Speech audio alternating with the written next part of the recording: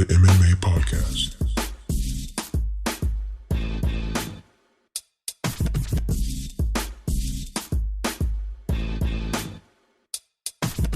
And now, coming to the mic, your host, Jalen Walker.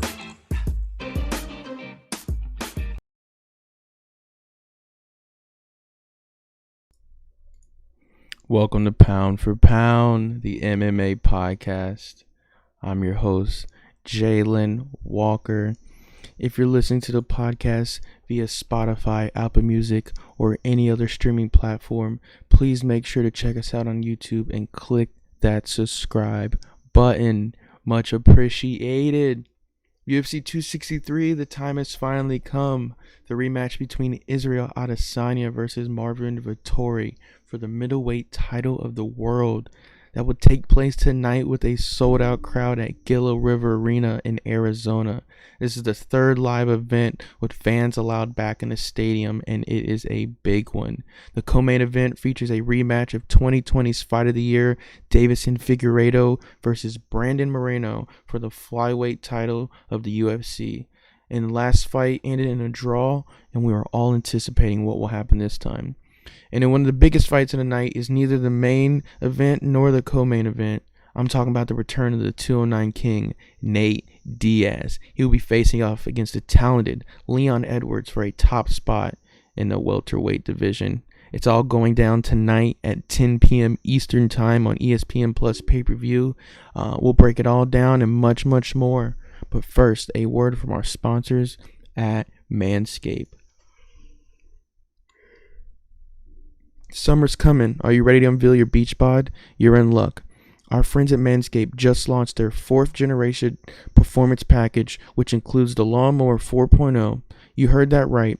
The 4.0, complement your dad bod or six-pack with a trim from the leaders in the male grooming. The sun is shining and calling your name, fellas. Join the 2 million men worldwide who trust Manscaped and get ready for a hot guy summer by going to manscaped.com for 20% off plus free shipping with code Pound for Pound.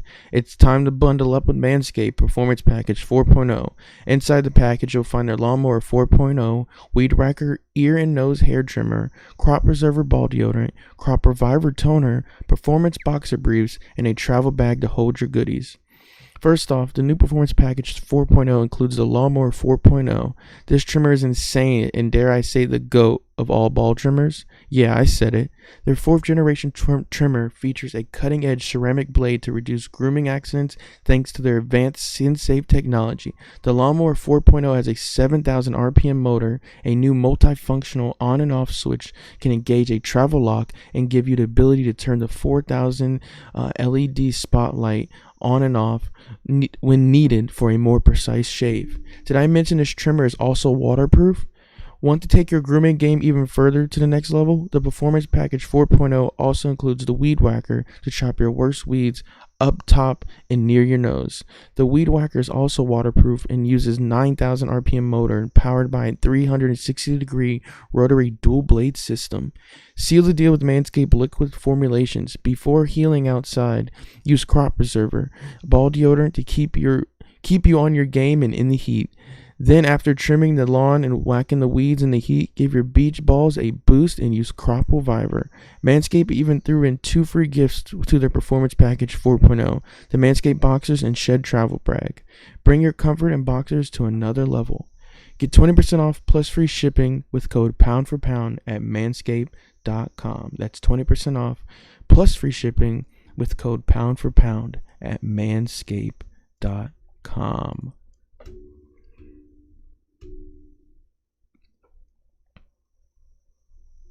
All right. Thank you so much, Manscaped. Appreciate it. Some quick news. Last night, Lamar Odom fought Aaron Carter in what is being called a circus of a celebrity boxing match. Very interesting. It's not even worth a watch. It was, let's just say, it was for the money and for the money only. Neither of them needed to be in there. But yeah, Bellator has been great these past couple weeks. We had that young lady. I feel awful for forgetting her name. What's her name? The woman that is a boxing legend already, and she had her first MMA bout. No, that was a PFL. My apologies. Congrats to her on the win. Let me see. Let me get her name. Yeah, Clarissa Shields. She won her first match in the PFL. Congrats to her. She killed it. Won it in the second round. It was awesome. But yeah, nothing too crazy in the world of MMA. Nate Diaz apparently was smoking weed on stage, and it wasn't CBD, by the way. But apparently, in Arizona, you can smoke weed closer to the days of fights because you're not getting tested for that high of amount. But it's Nate Diaz. He gets people to watch. People are seeing it, and that's what's going down, man. He knows what he's doing. But all right, let's break down this fight card. For the first fight of the night, we got Paul Craig versus Jamal Hill at the lightweight division. Paul Craig, aka Bear Jew, 14-4-1. Craig is looking to extend his 3-fight winning streak when he takes on this challenge. His most recent victory was a second-round TKO against Marcio Rua back in November of last year. He has 2 wins by knockout and 12 by submission. He also has 9 first-round finishes, with 8 of them coming by submission and 1 by knockout. Jamal Hill, aka Sweet Dreams, he's 8-0 with 1 no contest. Hill is currently undefeated and still finding ways to win in the UFC. His most recent performance was a TKO against Ovince St. Preux back in December of last year. He has 4 wins by knockout, 4 by decision, and he's also been able to put up 2 first-round knockout finishes so far. Hill is interesting to watch in this battle since he gets the job done slightly differently than other fighters. Craig is a bit of a back-and-forth fighter, but it's all going to come down to who can land the most punches. I think unless Craig gets the submission, I think it's going to go to the judges. But I got Craig winning either way, but I have him winning via submission. All right, a fight I am excited for. Damien Maia versus Bello Muhammad at the welterweight division. It's very interesting to see Bello Muhammad fighting Damien Maia, knowing that Leon Edwards is fighting right after him. As we know, Leon Edwards and him had a fight not too long ago, which ended in a no contest from Leon Edwards scraping Bello Muhammad's eye, and he can no longer continue from doctor stoppage. Damien Maia, he's coming in this fight 28-10. He's coming off a first-round knockout loss to Gilbert Burns back in March of last year. This loss snapped his previous 3-fight winning streak dating back to early 2019. He has 3 wins by knockout, 14 by submission, and 11 by decision. He also has 12 first-round finishes, with 9 coming by submission and 3 by knockout. Bello Muhammad, remember the name, 18-3, 1 no contest. He's coming off a no contest from back in March of this year. That's what we were talking about against Leon Edwards. With that being said, he is looking to continue building his 4-fight winning streak dating back to the middle of 2019. He has 4 wins by knockout, 1 by submission, and 13 by decision. He also put up 1 first-round knockout finish, with it being his very first professional victory. The market is clearly liking Muhammad for this fight, but you can never doubt Damien Maia. He's a legend in the sport. But I got to go with Muhammad wins via decision. He's a damn good fighter. And hopefully this will be 5 fights in a row, not including his no contest. All right, the fight that we are all waiting for, Leon Edwards versus Nate Diaz at the welterweight division. Leon Edwards, as we all know, a.k.a. Rocky, 18-3 with 1 no contest. He's currently on a bit of a hot streak, looking to add on to it.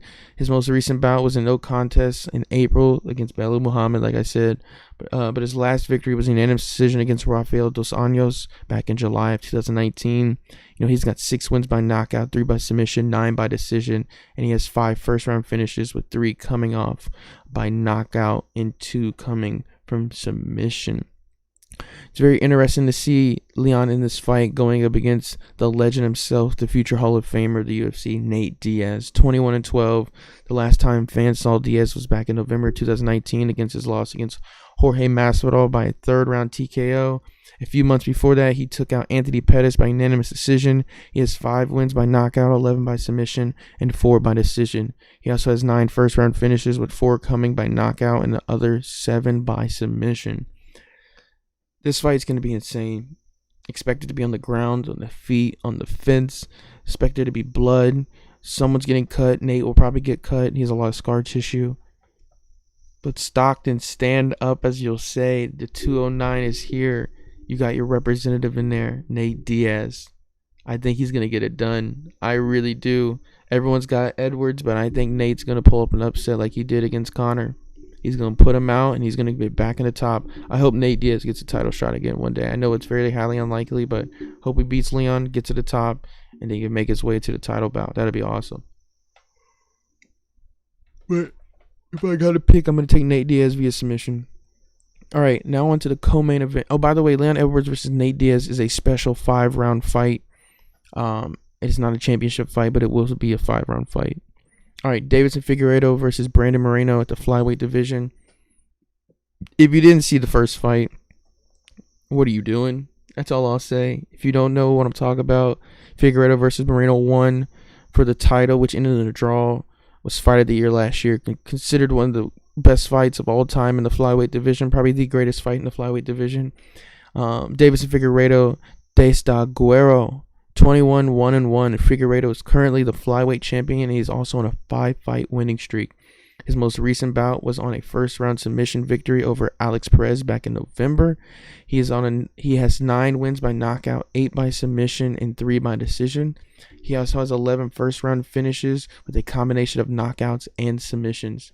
Brandon Moreno, the baby assassin, 18-5-2. Moreno is coming into this fight with a 4-fight winning streak. His most recent victory was against Brandon Royval back in November with a first-round knockout. He has 3 wins by knockout, 10 by submission, and 5 by decision. Moreno also has 8 first-round finishes with a combined effort of knockouts and submissions. Figueiredo is shaping up to be fighter of the year. In 2020, he killed it. He was remarkable. He grew such immensely as a fighter. And then here comes Brandon Moreno, stepping into the octagon with him, putting down the work, holding up, taking all 5 rounds. Now, I will say Figueiredo would have won that fight if he was not deducted a point for the groin kick, but he got warned. But here's where people are going to be stunned. I'm taking Moreno wins TKO. I think he gets the job done. I think he got to fill out Figueiredo. I don't think Figueiredo is expecting what Moreno's going to bring to the table, and it's going to equate for some wonderful entertainment. But I got Moreno wins via TKO. All right, the main event, the last style bender, probably one of the best fighters in the UFC, probably one of the best fighters of all time, Israel Adesanya. He's going to be defending his title against Marvin Vettori in the Middleweight Division. Israel Adesanya, a.k.a. the last style bender, 20-1. Adesanya is coming off his first career loss, which was to Jan Blachowicz back in March of this year. However, this was a loss that occurred outside of his weight class in light heavyweight, so he is still undefeated if you count him fighting in the middleweight division. He has 15 wins by knockout and 5 by decision. He also has 7 first-round finishes, all coming by knockout. Marvin Vettori, the Italian Dream, 17-4-1. Vettori has redeemed himself, or at least made it look good after his loss against Adesanya back in 2018. Since that loss, he has won 5 straight and looks to get a win here. He has 2 wins by knockout, 9 by submission, and 6 by decision. He also has 11 first-round finishes, with 2 coming by knockout and the other 9 by submission. If Marvin Vettori wins this fight, I'm going to be so pissed, because that man doesn't shut up. He's cocky, he's arrogant. It's not even a good cocky. He's a great fighter, but that first fight with Adesanya did win that fight, and he needs to let it go and stop saying he won, because he lost. He's not the champion. If he would have won that fight, he would have been in the place where Adesanya is possibly. He would have been on that path, but he's not. He needs to let it go, keep it moving, and just talk about this fight and stop talking about the past. But Adesanya, he's unlike anybody in the UFC, the way he gets in the pocket, gets out of the pocket. I don't think Vettori is going to be able to handle it. And I think Adesanya is going to get a first or second round knockout. For sure. People think Vettori is going to win, but I don't understand how they think he's going to win. People think, Adesanya was bullied on the ground by Jan. No, who cares? That was light heavyweight. We're back at his weight class. This is where he needs to be. This is where he wants to be. This is where he's the best at, the fastest at. 20 pounds lighter. 27 pounds lighter, something like that. But y'all better watch out. Y'all better put some more respect on Adesanya's name. But like I said, I got Israel Adesanya taking this via TKO in the second round. I see it happen. I really do. But other than that, this night's going to be jam-packed. It's starting here, early prelims at 6 p.m., and the prelim card starts at 8, and then we got the main card starting at 10 p.m., and it is Arizona at the Gila River Arena. Pay-per-view for the main event, ESPN and ESPN Plus for prelims and early prelims. But that's all I got for you guys today. I appreciate you guys coming through. Enjoy the fights tonight. We got a hell of a show. But I'll see you guys later. This is Pound for Pound MMA podcast, and I'm your host, Jalen Walker. Thanks, guys.